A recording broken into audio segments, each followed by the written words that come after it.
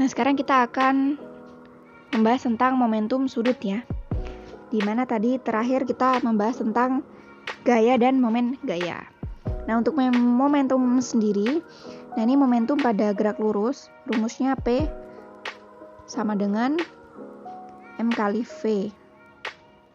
Nah, untuk momentum sudut itu rumusnya L sama dengan I dikali omega.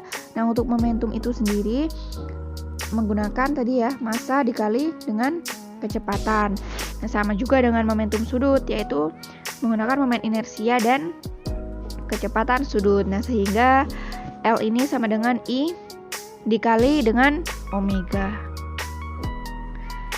Kalau yang ini momentum pada gerak lurus, di mana ini ada sebuah benda yang memiliki kecepatan 5 meter per sekon. Nah, dia bergerak ya ke arah sana. Ini juga sama, dia bergerak ke arah sana dengan kecepatan 10 meter per sekon. Nah, ini kita hitung aja momentumnya.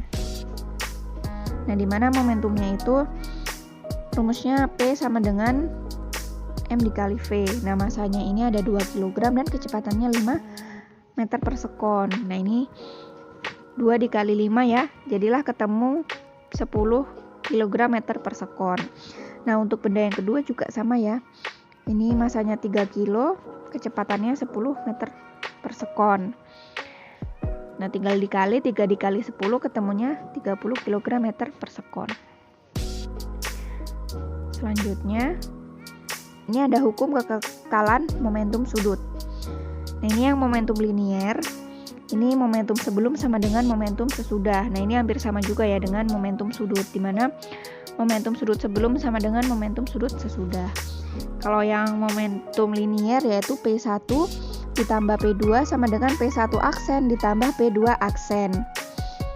Kemudian M1 V1 ditambah M2 V2 sama dengan M1 V1 aksen ditambah M2 V2 aksen. Nah, di mana ini ya? Ini itu sebelum, ini sesudah. Jadi ini biasanya sebelum terjadi tumbukan, ini sudah terjadi tumbukan. Jadi ada ya, misal sebuah bola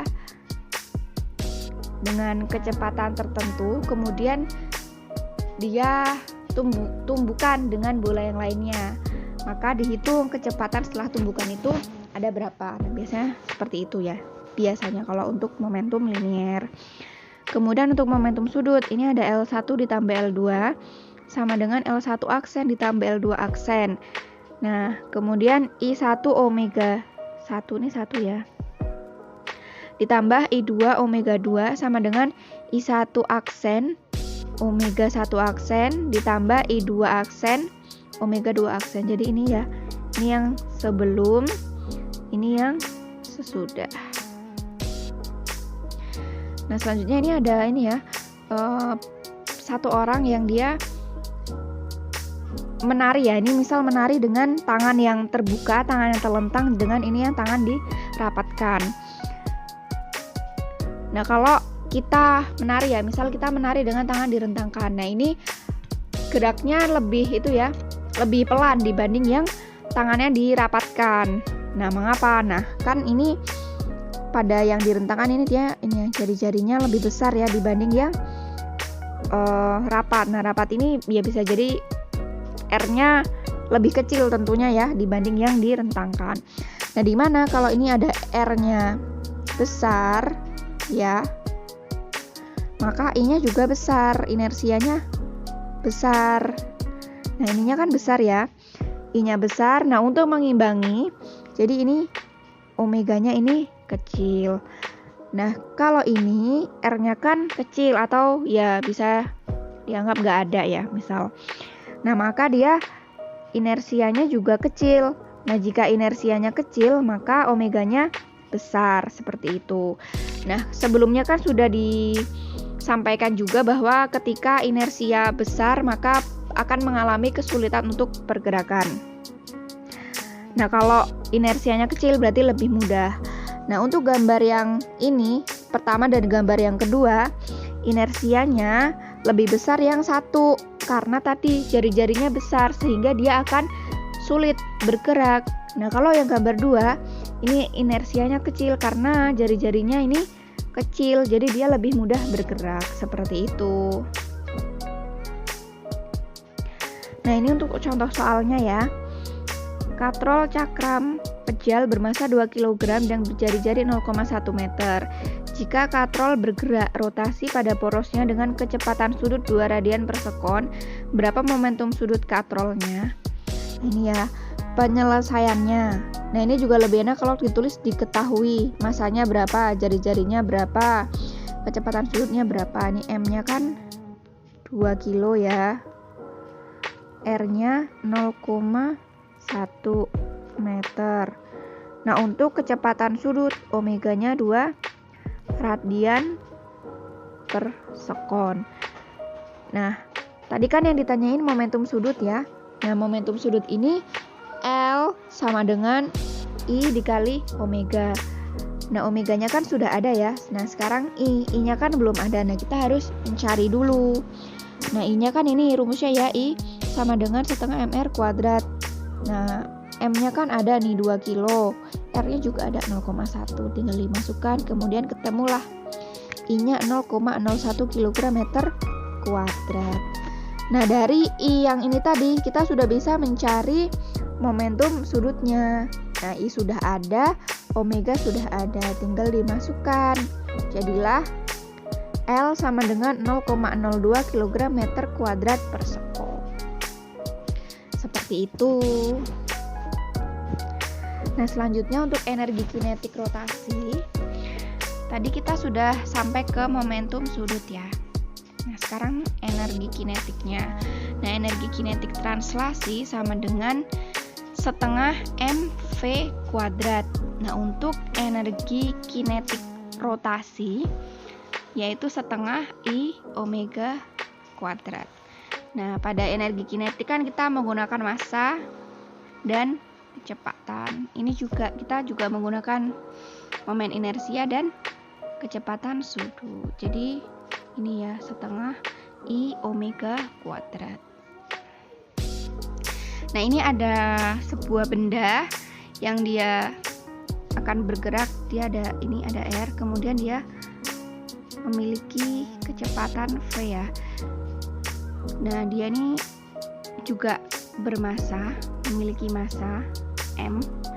Nah, jadi ketika suatu benda memiliki massa dan volume, nah dia pasti punya energi kinetik.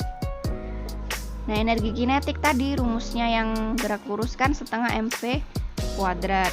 Nah, di mana V ini pada gerak melingkar ya.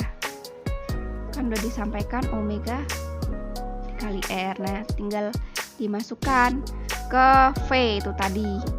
Nah, ini ya setengah M dikali omega R kuadrat.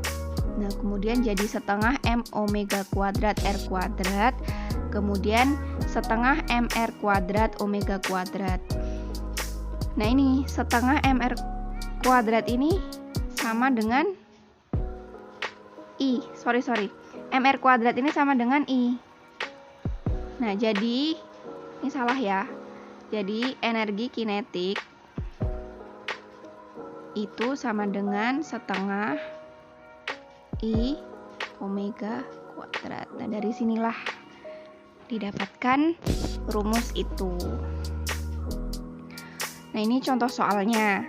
Silinder pejal bermassa 10 kg berputar tanpa tergelincir pada bidang horizontal kasar dengan kecepatan konstan 6 meter per sekon.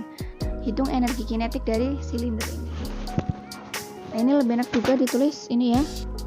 Diketahui ini massanya 10, kecepatannya 6. Kemudian dihitung energi kinetiknya. Massanya ini 10 ya, 10 kilo. Kemudian kecepatannya 6 meter per sekon.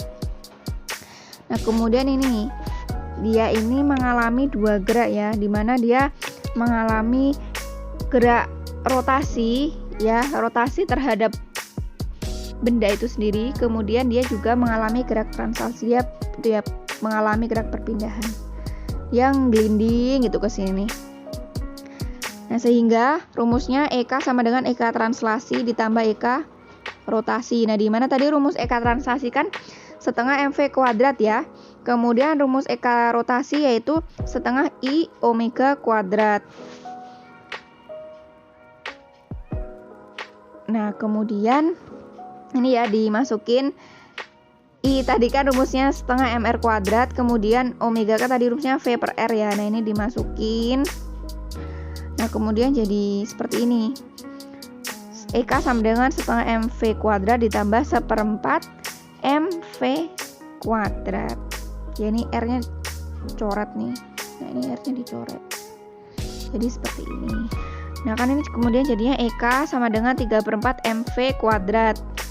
Nah, M-nya tadi ada 10, V-nya 6. Nah, jadi ketemunya nih 2700 Joule. Seperti itu ya. Nah, selanjutnya ini dia tugas yang kalian tunggu-tunggu tugasnya. Jadi ini silakan dikerjakan. Jangan lupa untuk digambar ya. Kemudian akan lebih enak kalau ditulis apa yang diketahui, kemudian apa yang ditanyakan, kemudian baru penyelesaian. Nah, ini silakan dikerjakan pada selembar kertas, kemudian di-scan dan dikumpulkan dengan format PDF. Nah, nama filenya nih ya. Jangan lupa tugas 2, kemudian disebutkan kelasnya, nama dan absen. Dikumpulkan 24 jam setelah tugas diberikan.